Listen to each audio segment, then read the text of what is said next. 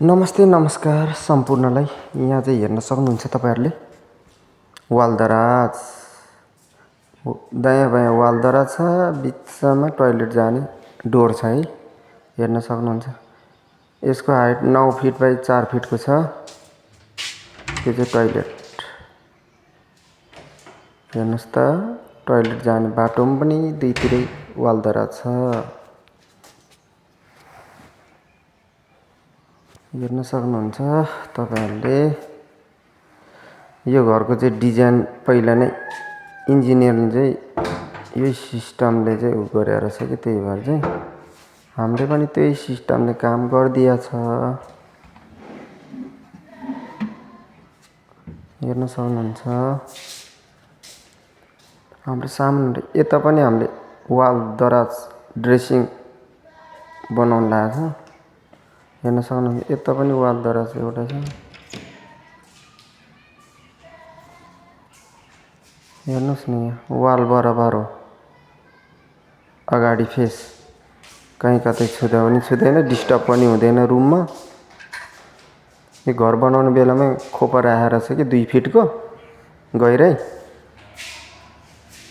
गाह्रो लगाउने बेलामै त्यो रङ गर्ने मान्छेले ल्यातोप्यातो गरिसक्यो। गाह्रो छ। यता पनि खतरा बनाएको थियो, यताको त चाबी नै छैन रहेछ। अब यतातिर जाऊँ फेरि। यहाँ हामीले बनाउन लागेको छ, प्लाइसाई फर्माइटहरू कटिङ कुटिङ गरेर बनाउन लागेको छ। यहाँ चाहिँ दारु राख्ने चीज बनाउन लागेको,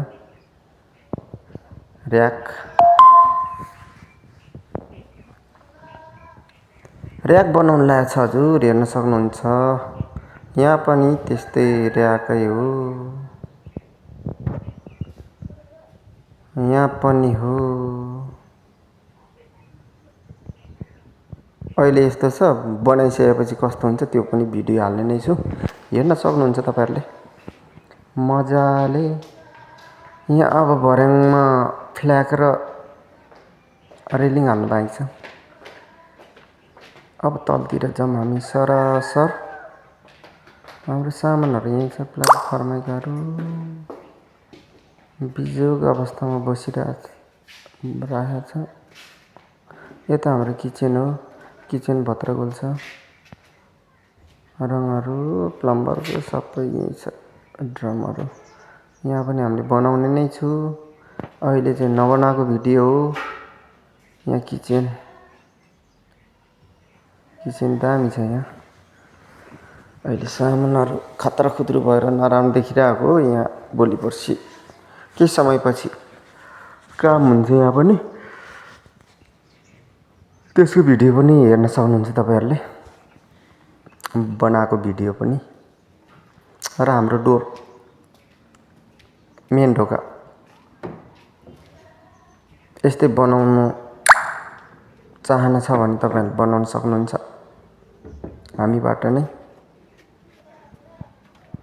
डिजाइन तपाईहरुको काम हाम्रो, डिजाइन केही पनि आउँदैन भने हामी नै डिजाइन दिनेछु तपाईहरुलाई। हस्त नमस्ते।